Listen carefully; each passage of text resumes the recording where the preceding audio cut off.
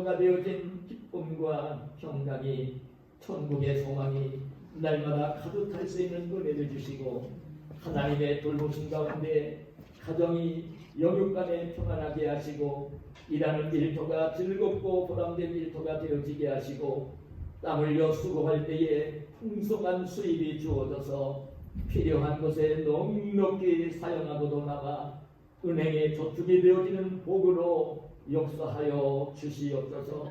하나님의 은혜를 깨달으며 감사 예물로 선한 소원 있어 소원 예물로 영광을 돌리는 귀한 손길 위에 심령 위에 복을 주시옵소서. 이 한 가지 감사의 조건이 하나님의 역사하심 속에 30가지 60가지 100가지 늘어가게 하시고 하나님을 향해 품고 있는 소원마다 하나님 마음에 맞는 소원이 되게 하사 그 소원들이 풍성하게 이루어질 수 있도록 역사하여 주시옵소서. 이 땅에 사는 날 동안 우리 주님 예수 그리스도의 복음 천국 복음을 전하며 살지만 나의 발로 가서 나의 입술로 내가 복음을 전할 수 없는 그곳에도 복음이 전해지기를 열망하며 오늘 선교 전도 예물로 봉헌하고 있는 귀한 심령들 발걸음 입술을 복되게 하사 귀한 종들이 어디에 가든지 누구를 만나든지 입을 열어 예수 그리스도의 복음 천국 복음을 증언할 때에 죽어있는 영혼이 살아나게 하시고 병든 영혼이 치료되게 하시고 낙심한 심령의 새 힘을 얻는 복된 발걸음 복된 입술이 되게 하여 주시옵소서. 이 땅에 사는 날 동안 어려운 이웃들을 향하여 예수님의 사랑의 손길을 펴기를 원하시는 주님의 귀한 말씀을 순종하며 봉사 구제 예물로 봉헌하고 있는 귀한 손길들에게 복을 주시되 주라 그럼 너희에게 줄 것이니고 투입되어 누르고 흔들어 넘치도록 하여 너희에게 안겨주리라 약속하신 주의 약속하심이 풍성하게 임할 수 있도록 역사하여 주시옵소서. 주의 몸된 교회를 사랑하며 기도하며 건축 예물로 봉헌하고 있는 귀한 손길들의 복을 주시옵소서. 아무쪼록 이 땅에 사는 날 동안 살고 있는 주택으로 인하여 불편을 겪지 아니할 수 있는 복을 주시고 장차 주님이 예비하시고 있는 하나님 나라에서 영생 복락을 누리게 되어질 때에 함께 구원받은 믿음의 형제자매들 앞에 수종들게 되어질 천군 천사들 앞에 부끄러움 당하지 아니할 하늘의 아름다운 초소가 예비되게 하여 주시옵소서. 귀한 종들이 가정에서 가족들과 함께 생활하며 식탁을 마련할 때에 식탁에 예수님을 모시는 사랑과 정성으로 성미를 구별하여 드리오니 기쁘게 이 예물을 받으시고 귀한 종들이 이 땅에 머물러 사는 날 동안 천국 가는 날 동안 먹을 것 마실 것 입을 것 때문에 염려하지 아니할 수 있는 복으로 역사하여 주시옵소서. 오늘도 하나님께 드려지는 이 귀한 예물들은 오직 하나님의 영광을 위하여 하나님 나라 건설을 위하여 오병이어의 이적을 일으키며 사용되어지는 축복된 예물로 삼아 주시옵소서. 예수님의 이름으로 축복하며 기도하옵나이다. 아멘.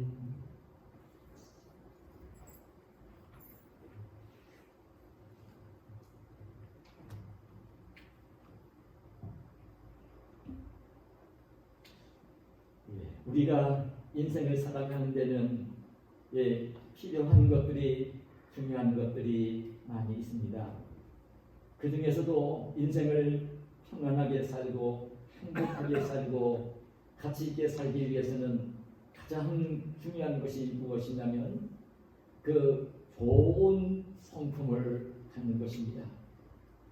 좋은 성품을 갖는 것입니다. 좋은 성품을 가질 때에 자신이 평안하게 행복하게 살 수 있고요. 좋은 성품을 갖게 되어질 때에 관계를 맺는 사람들과 평안한 관계를 맺고 화목한 관계를 맺고 가치 있는 관계를 맺고 보람있게 살 수가 있는 것입니다. 좋은 성품은 여러분 그러나 하루아침에 갑자기 만들어지는 것은 아닙니다. 좋은 성품은 이제 오랜 동안 교육을 받아야 되고 훈련을 받아야 되고 연단을 받으면서 좋은 성품으로 만들어지는 것을 보는 것입니다. 저는 좋은 성품을 이야기하면 한마디로 얘기하면 우리 주님 예수님이 가지신 성품입니다. 예수님의 성품은 온유하고 겸손한 성품이셨습니다. 이 온유하고 겸손한 성품, 이 성품을 우리가 지니게 되어진다면 정말 인생을 가장 행복하고 보람있고 평안하게 살 수가 있어요. 그런데 여러분, 이 예수님이 가지고 계신 이 온유하고 겸손한 성품의 그 뿌리에 보면 이 온유하고 겸손한 성품을 가지려고 하면 그 온유하고 겸손한 성품을 이루는 중요한 세 가지 덕목이 있습니다. 그 덕목은 다른 것이 아니라 믿음과 소망과 사랑인 것입니다.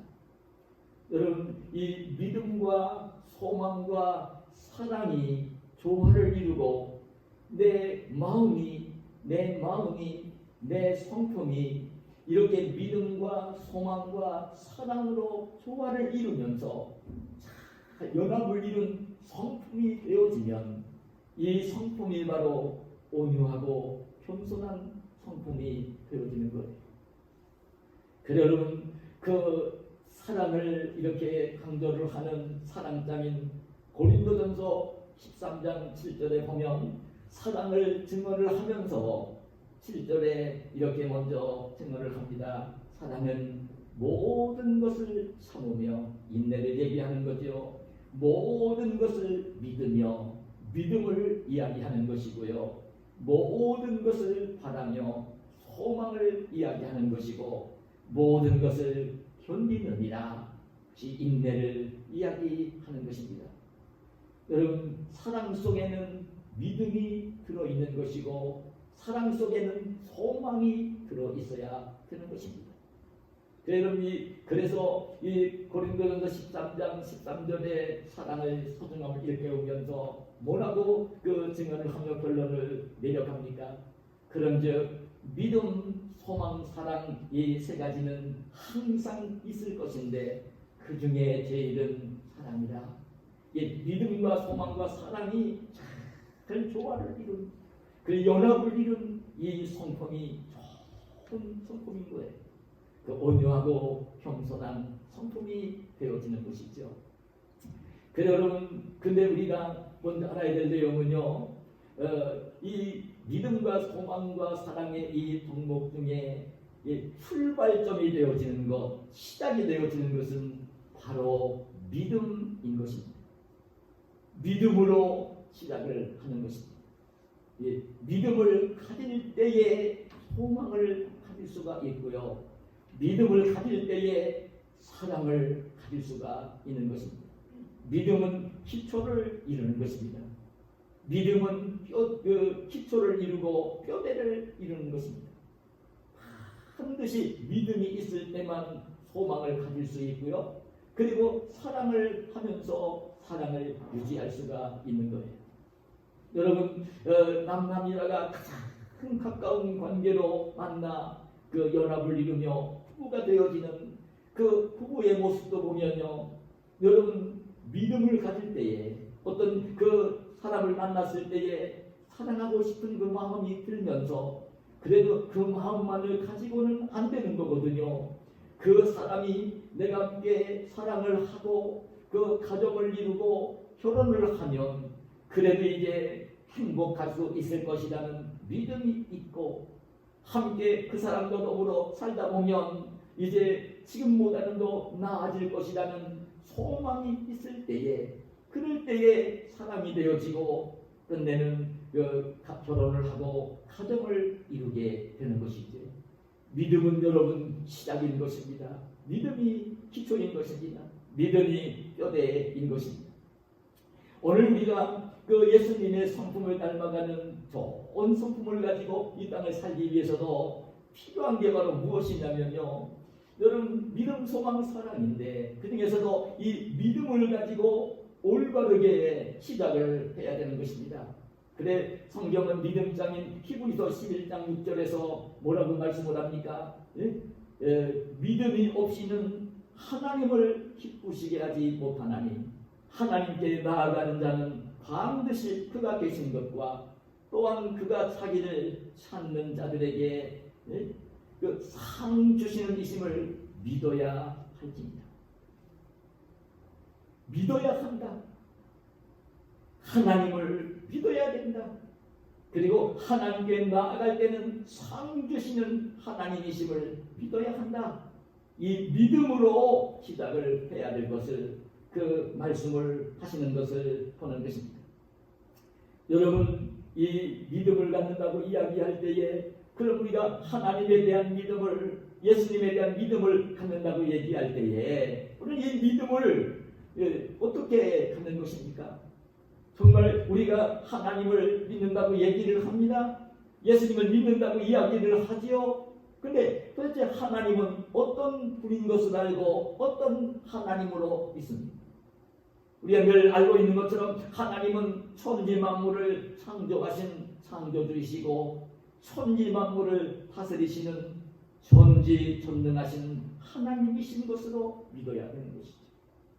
그 하나님은 독생자인 예수 그리스도를 이 땅에 보내시고 우리의 죄값을 속량하시기 위해 십자가에 내주신 사랑의 하나님이신 것, 공의의 하나님이신 것을 믿어야 하는 것이죠. 우리가 독생자인 예수 그리스도를 믿습니다. 그 예수님을 어떤 분으로 믿는 것입니까? 육신을 입고 이 땅에 찾아오신 독생자 하나님이시고 그리고 육신을 입고 이 땅에 오셔서 하나님의 모습을 보여주시면서 천국 복음을 우리에게 들려주시면서 끝내는 우리를 천국으로 인도해 가시기 위해서 죄값을 속량하시기 위해서 자기 목숨을 십자가에 내어주신 그 예수님을 믿는 것이죠. 그리고 예수님의 부활을 믿는 것이고 승천하신 예수님을 믿는 것이고 성령을 보내주신 예수님을 믿는 것이고 성령은 예수 그리스도의 영이기 때문에 성령으로 찾아오셔서 우리와 함께 해주시는 예수님을 믿는 것이죠. 이걸 믿는 거예요. 하나님을 믿는다. 예수님 믿는다. 이걸 믿는 것입니다. 그래서 우리가 오늘도 예배를 드릴 때에 사도신경으로 신앙 고백을 드렸죠. 예배를 드릴 때마다 사도신경으로 신앙 고백을 드리지 않습니까? 그 신앙 고백의 내용이 무엇이냐면 성부 하나님, 성자 하나님, 성령 하나님을 믿는다는 고백인 것입니다.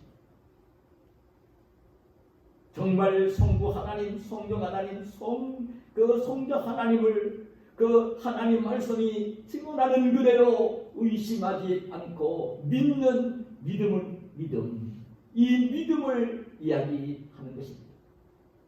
저는 그런데 이 믿음을 생각할 때는요, 여러분 그 믿음을 가진 성도들의 그 정도에 따라서 이런 몇 가지 단계가 있는 것을 볼 수 있어요.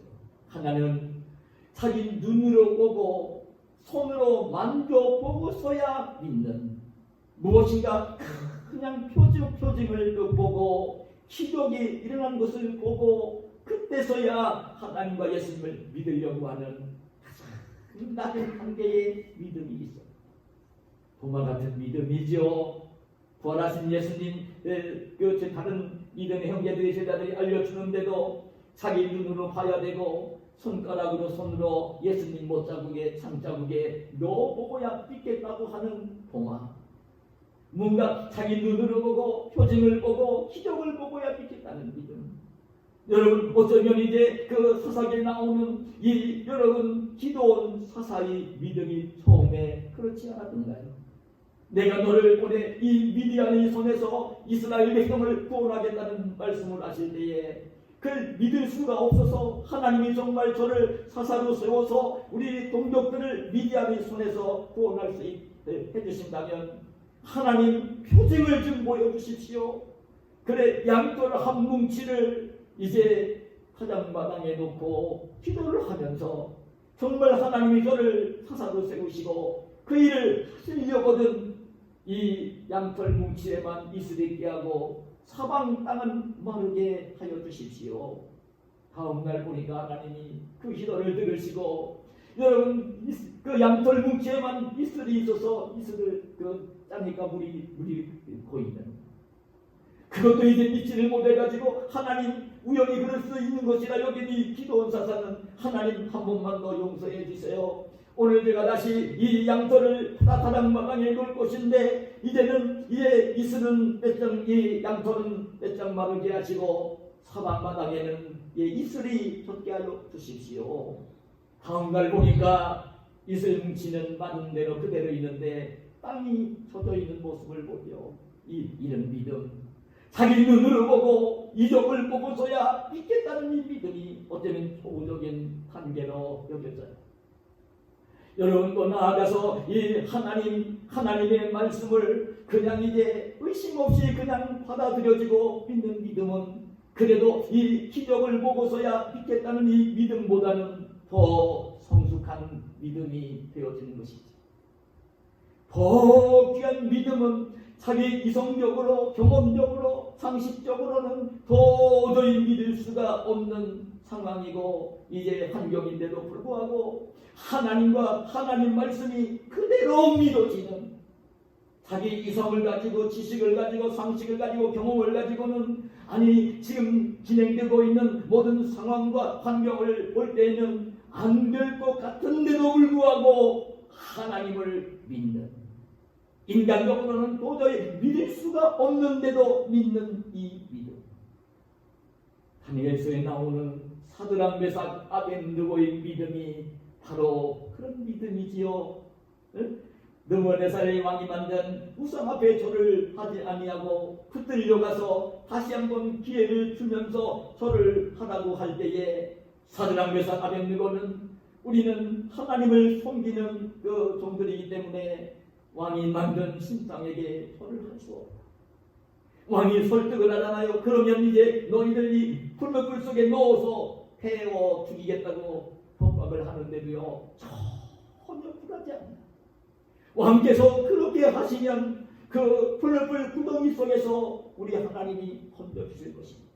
아니 하나님이 건져주시지 않는다 할지라도 우리는 왕이 만든 우상 앞에 절을 할 수가 없습니다. 그 상황에서도 하나님을 믿고 하나님의 약속을 믿는 사드락 메삭 아벳느고의 믿음을 보는 것입니다. 참 성숙한 믿음이죠.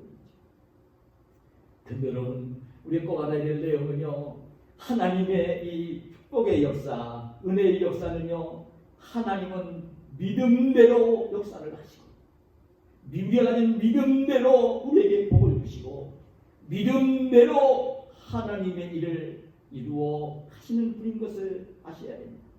믿음을 가질 때에 하나님은 복을 주세요. 믿음을 가질 때에 믿음을 가진 자를 통해서 역사를 하세요. 믿음을 가진 자를 통해서 하나님의 일을 이루어 하시는 것입니다. 그럼 우리가 아는 것처럼 해당장 야이로에게 그 12살 먹은 딸이 있었잖아요. 애동딸이 있었잖아요. 병들어 죽어가게 되었지요. 그 예수님을 찾아와 그 딸이 죽어가는 이야기를 전하며 예수님을 모시고 가서 그 딸을 살리러 가게 되어질 때에 중도에 이미 집에도 가기 전에 사람이 와서 이미 딸이 죽었으니까 예수님 너무 번거롭게 하지 말라고 수고스럽게 만들지 말라고 그 이야기를 할 때에 그때 예수님은 그래도 죽은 내당장 야이로의 딸을 살려야 되기 때문에 두려운 마음을 가지고 낙심할 수밖에 없는 그때 해당장 야이로에게 주님께서 먼저 어떤 주문을 하세요? 여러분 마가복음 5장 36절에 보면 그렇게 말씀을 하세요. 두려워하지 말고 믿기만 하라. 두려워하지 말고 믿기만 하라. 두려워하지 말고 믿기만 하라. 이 믿음을 불어넣으시는 모습을 봅니다. 그 믿음을 가질 때에 죽었던 이 야이로의 딸을 우리 주님이 살려내시는 모습을 볼 수 있습니다. 믿음을 가진 대로 우리 주님이 역사를 하시는 모습을 봅니다. 오늘 저와 여러분이 여러분 예수님 믿는 믿음을 가지고 살죠. 근데 어떤 믿음을 가지고 있나요? 내 믿음의 정도는, 내 믿음의 수준은 어느 정도인가요? 뭔가 하나님이 하시는 그 기적을 볼 때나 표적을 볼 때나 그때서야 눈으로 보고 손으로 만져보면서 믿으려고 하는 아주 어린 믿음은 아닌지요? 여러분 그냥 저절로 하나님이 믿어지고 하나님 말씀이 믿어지고 그런 이제 더 나아진 믿음인가요? 아니 지금 내가 가지고 있는 이런 이성이나 지식이나 상식이나 경험을 가지고는 도저히 믿어지지 아니하고 환경으로 상황으로 볼 때는 믿을 수 없는데도 불구하고 하나님이 믿어지는 그 성숙한 믿음을 가지고 있는지요? 저는 오늘 이 말씀을 묵상을 하면서 본문 시편 여러분 이 23편 말씀을 묵상을 하면서 정말 주님께 들은 음성이 있습니다. 여러분 주님께서는 육신을 이 땅에 오셔서 사랑하는 제자들을 훈련하시면서 사랑하는 제자들에게 그 요한복음 10장에 보면 그 예수님을 목자로 예수님을 따르는 제자들을 성도들을 이제 참 그 양으로 비유를 하시면서 목자와 양으로 비유를 하시면서 요한복음 10장 11절에서 뭐라고 하시냐면 나는 선한 목자라 선한 목자는 양들을 위하여 자기 목숨을 버리거니와. 예수님이 친히 나는 선한 목자다. 나는 선한 목자이고 양들을 위하여 내 목숨을 버린다. 예수님이 참 선한 목자로 그 주의 제자들 성도들 구원받을 백성들을 위하여 정말 스스로 누가 요구한 것은 아니지만 스스로 십자가에 달려 못을 박혀 대신 죽어주실 것을 그렇게 말씀을 하시면서 참 나는 선한 목자라고 하시는 말씀을 봅니다. 그리고 여러분 오늘 그 본문인 시편 23편 다윗이 기록한 시편 아닙니까? 이 시편 23편을 열면서 다윗이 그런 고백을 합니다. 여호와는 나의 목자시니 내게 부족함이 없습니다. 여호와는 나의 목자시니 내게 부족함이 없으리라. 여러분 여호와라는 말은 우리가 알지만 하나님의 이름입니다. 여호와는 하나님의 이름입니다. 그 하나님의 부르심 속에 하나님의 명령에 순종하며 이 모세가 이스라엘 백성들을 구하러 애굽으로 가고자 할 때에 하나님이 보내신다고 할 때에 그때 모세는 아니 하나님 제가 내 동족에 살고 있는 애굽 땅으로 가서 이스라엘 백성들에게 하나님이 나를 보내셨다고 왔다고 얘기를 하면 내 동족들이 어떻게 믿을 수 있겠냐고 내가 어떻게 하나님이 나를 보내신 것을 참 이렇게 동족들에게 알릴 수 있겠냐고 그때 하나님이 직접 출애굽기 3장 14절 15절에서 그렇게 말씀하세요. 나는 여호와니라 말씀을 하십니다. 여호와가 너를 보낸다. 그 여호와라는 말은 그리고 스스로 있는 자라는 그런 뜻인 것을 밝히면서 여호와라는 이름을 말씀해 주시는 것을 봅니다.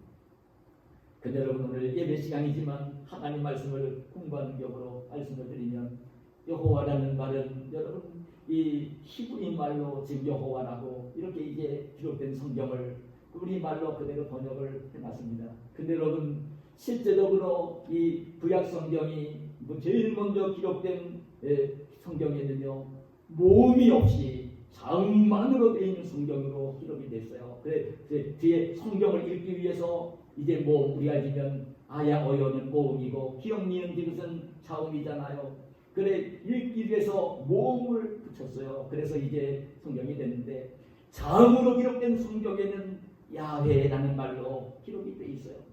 거기에다가 이제 나의 주님이라는 뜻인 그 아도나이를 붙여서 합성을 해서 여호와라고 이렇게 성경에 기록을 지금 하고 있어요. 그래서 여러분 하나님의 이름이 여호와라는 이름이에요. 이 여호와를 알려주라고 얘기를 하나님이 하시죠. 근데 오늘 본문에 보니까 다윗이 노래를 부르는 것입니다. 여호와는 나의 목자시니 내가 부족함이 없으리로다. 여러분, 그가 나를 푸른 풀밭에 누이시며 쉴만한 물가로 인도하시는 거다. 나의 영혼을 소생시키시고 자기 이름을 위하여 의의 길로 인도하신다. 내가 사망의 음침한 골짜기로 다닐지라도 해를 두려워하지 않을 것은 주께서 나와 함께 하십니다. 주의 지팡이와 막대기가 나를 안위하시나이다. 주께서 내 원수의 목전에서 내게 상을 차려주시고 내 머리에 기름을 부으셨으니 내 잔이 넘치나이다.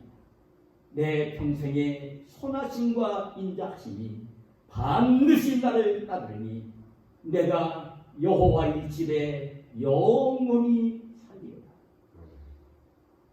다윗이 아름다운 이 시편을 지은 것입니다. 정말 하나님이 목자이신 것을 알고 하나님을 목자라고 부르면서 하나님이 목자이시기 때문에, 하나님이 나의 목자가 되시기 때문에 나는 부족한 것이 하나도 없다. 그 고백을 하는 것입니다. 그대로 다윗이 이렇게 하나님을 목자라고 부르면서 오늘 고백을 하고 있는 이 시편을 보면요, 우리가 그 배경을 보면 이해를 잘해야 돼요. 여러분, 다윗이 여호와는 나의 목자시니 내가 부족함이 없으리로다. 그가 나를 푸른 풀밭에 누이시며 쉴만한 물가로 인도하시는도다.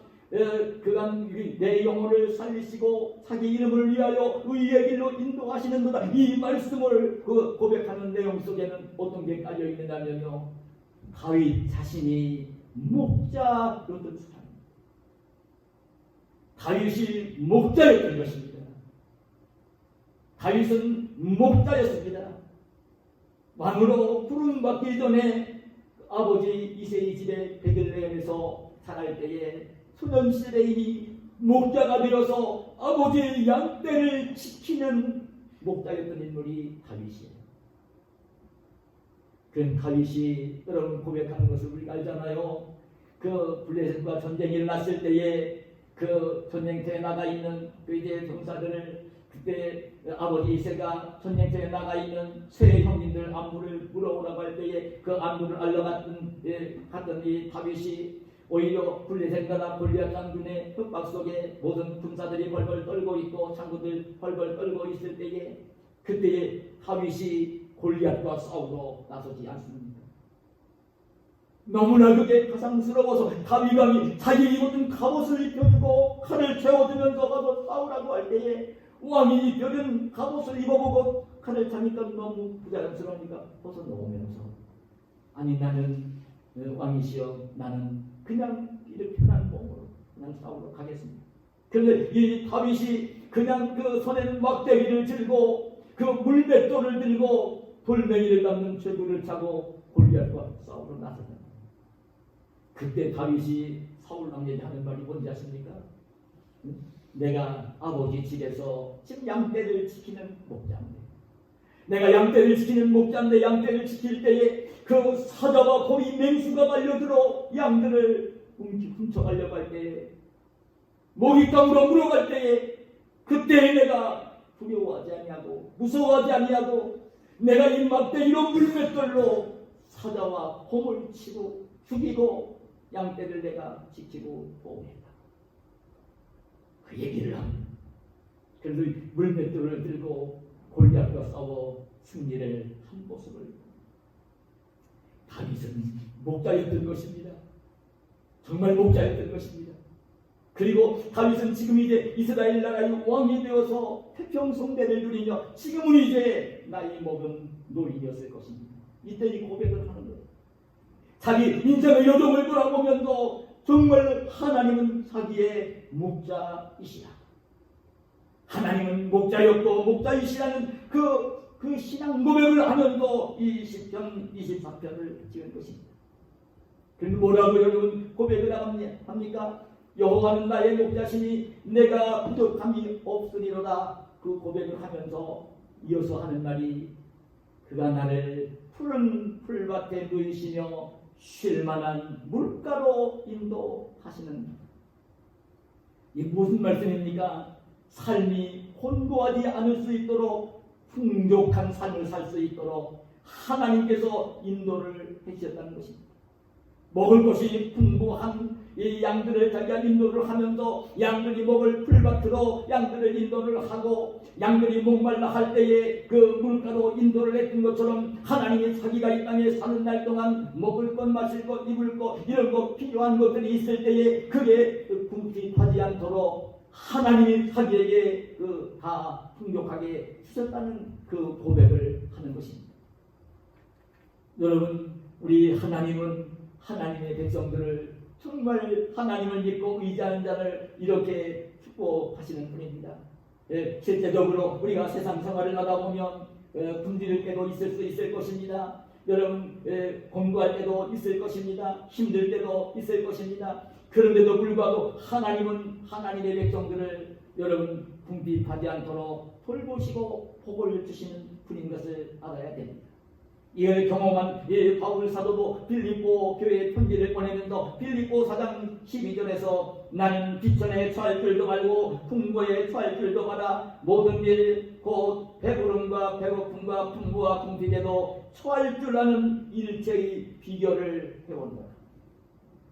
그러면서 옥중에 있는 자기 그리고 이제 자기가 복음을 전하러 여기저기를 다니면서 이제 물질이 필요한 것을 알고 있는 빌립보 교회 형제들이 그 연보를 모아 사랑으로 이렇게 보내주었을 때에 그 받았던 것을 참 기억하면서 감사하면서 그 빌립보 교회 성도를 향하여 축복하기를 빌립보서 4장 19절에 보면 나의 하나님이 그리스도 예수 안에서 영광 가운데 그 풍성한 대로 너희 모든 것을 채우시니 모든 것을 채워주시니. 사실 여러분 제가 열 첫째 주를 맞이하고 호국보훈에 다닌데 이 말씀을 묵상을 하면서 참 하나님이 저에게 들려주시는 음성을 듣고 성도들과 함께 나누기를 위해서 사실 이 말씀을 묵상을 했어요. 여러분 아시잖아요. 여러분 우리 교회가 찬양편을 아시잖아요. 지역 개발이 되고 있고 성전은 이전을 해야 되고 여러분 아시잖아요. 여러분 목사님 지금까지 살아오면서 정말 집 한 칸 없고요. 그리고 이제 성전을 마련해야 될 것이 너무나 분명하고요. 이제 목사도 나이를 먹었으니까 이제 목사가 살 집도 있어야 될 것은 너무나 분명하고요. 그리고 목사가 정년이 되어 은퇴하고 난 뒤에도 목사이기 때문에 복음을 전하고 책을 쓰면서 노년을 보내야 되는 기도를 하면서 이 모든 요건이 마련이 되어야 되잖아요. 그런데 지금 우리 교회 형편을 바라보면 그 모든 게 너무나 힘들고 어려운 여정이어서 참 그 고민이 많이 되고 정말 이 문제를 가지고 하나님께 정말 때를 있으며 기도를 올리는 그런 시간들을 제가 보내고 있어요. 우리 집사람이 너무나 힘든지요. 어지럼 병이 나가지고요. 지금 한 3주째 지금 너무나 힘들어요. 우리 교우들도 알면 함께 좀 기도를 해주셨으면 좋겠어요. 지금 쉽지 않은 시기를 지금 보내잖아요. 그런데 하나님이 위로를 주시는 거예요. 내가 하나님 앞에 부름받고 난 뒤에 하나님을 위해서 정말 내 생애를 드리며 지금까지 왔는데 지금까지 드린 이 생애가 아름다운 그 유종의 일을 거둘 수 있어야 되고 하나님의 교회도 평안해야 되고 이 목사의 노년도 정말 평안해야 되고 노년이 되어도 다른 길 하다가 정년되지 간 사람처럼 먹을 것이나 먹고 산책이나 하다가 부름받아 가야 될 것이 아니라 하나님을 위해서 무엇인가 일을 하면서 부름받는 날까지 복음을 위해서 이 책을 쓰면서 일을 해야 가야 될 것이고 근데 하나님이 채워주실 것이라는 하나님이 채워주실 것이라는 이 믿음을 가지고 참 몸부림치며 사실 기도를 하고 하나님이 채워주실 것이다. 하나님이 해주신다면 제가 눈을 뜨고 바라봐도요 믿을 사람이 없어요. 저는. 하나님밖에는 믿을 분이 없어요. 내 부모님도 양쪽에 안 계시고 형제들 가운데 비가 된 사람도 없고 교회 영성도 농락하지 못하고요. 하나님밖에는 믿을 사람이 없어요. 그래 몸부림치며 사실 기도를 하는 거예요. 하나님이 역사하시면서 하나님이 도우시면서 하나님이 축복하시는 생애를 살아야 될 것입니다. 지금까지 도우신 하나님이 참 제 남은 생에도 하나님이 은혜를 베푸시고 인도하시고 도우실 것이라는 그 믿음이 사실 요즘 오고 있어요. 여러분, 그리고 오늘 이 다윗은 또 그런 고백을 합니다. 3절에 내 영혼을 소생시키시고 자기 이름을 위하여 의의 길로 인도하십니다.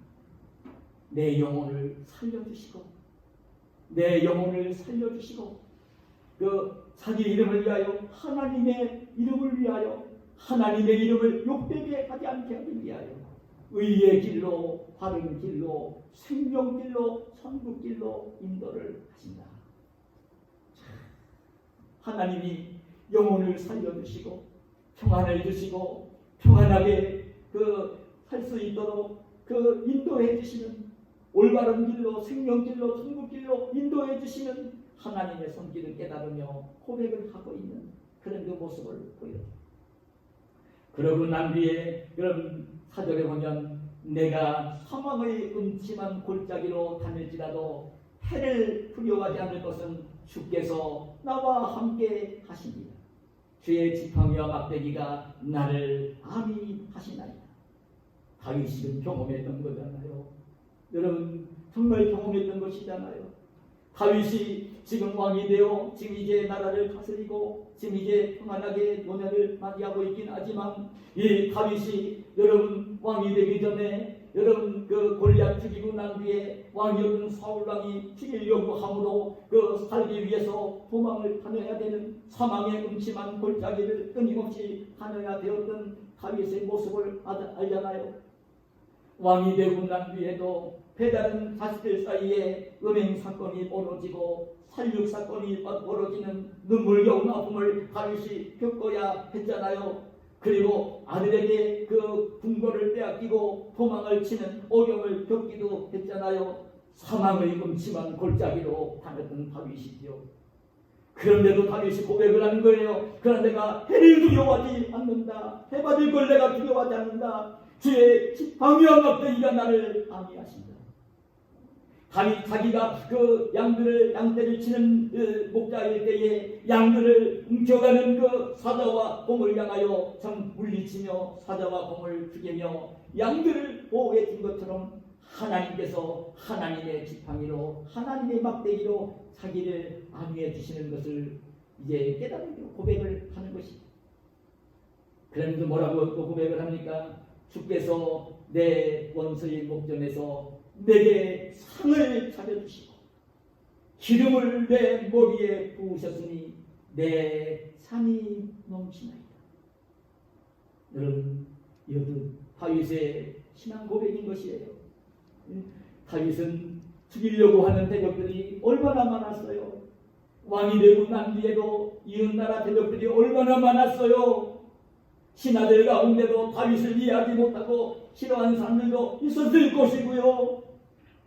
그런데도 불구하고 하나님께서는 언제나 다윗을 바로 세우셨습니다.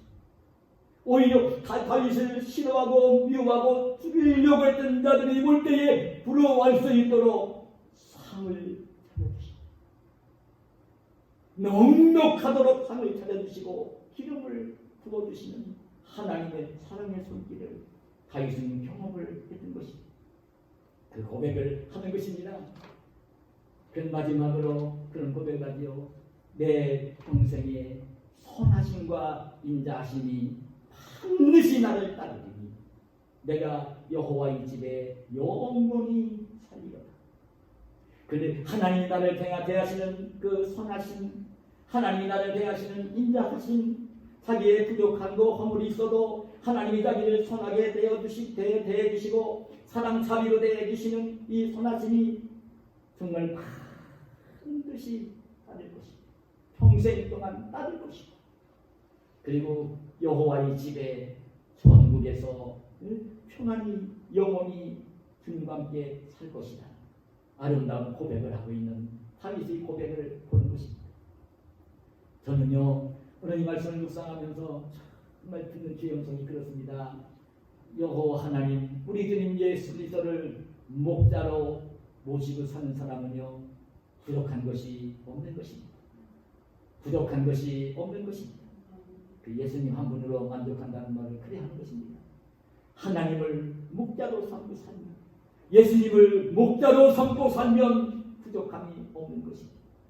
여러분, 하나님께서는 독생자 예수 그리스도를 이 땅에 보내시고 십자가에 내주시기까지 사랑해 주신 분입니다. 아들까지 내어주신 그 하나님이 아까워서 우리에게 못 줄 것은 하나도 없는 것입니다. 다 주실 수 있는 것입니다. 그래서 로마서 8장 32절에 그 말씀을 하는 거예요. 자기의 아들을 아끼지 아니하시고 우리 모든 사람을 위하여 내주시니가 어찌 그 아들과 함께 모든 것을 우리에게 주시지 아니하겠느냐. 주실 수 있다는 것입니다. 여러분, 이 말씀을 드리며 말씀을 맺겠습니다. 여러분, 미국 휴스턴에 있는 제1교회를 신호하시는 찰스 알센 목사님이 쓴 책에서 이렇게 기록한 이야기를 제가 읽었어요. 근데 그게 어떤 이야기를 찰스 알센 알렌 목사님이 기록을 하고 있냐면, 어느 날 대기업을 경영을 하는 회장이 목사님을 찾아와서 참 원인도 알 수 없는 큰 질병으로 시달리고 있는 고통을 이야기하면서 도움을 청하게 되었어요. 이 기업을 운영하는 회장은 돈 많은 부자였기 때문에 너무 스트레스를 많이 받고 힘들고 고통스러웠어요. 원인도 알 수 없었지만 몸은 약해지고 병이 왔어요.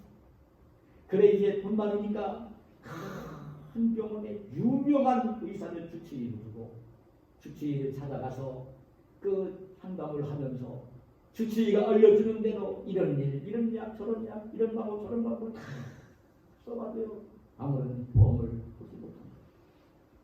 그 목사님을 찾아왔던 거예요. 그 이야기를 하면서 도움을 청한 거예요.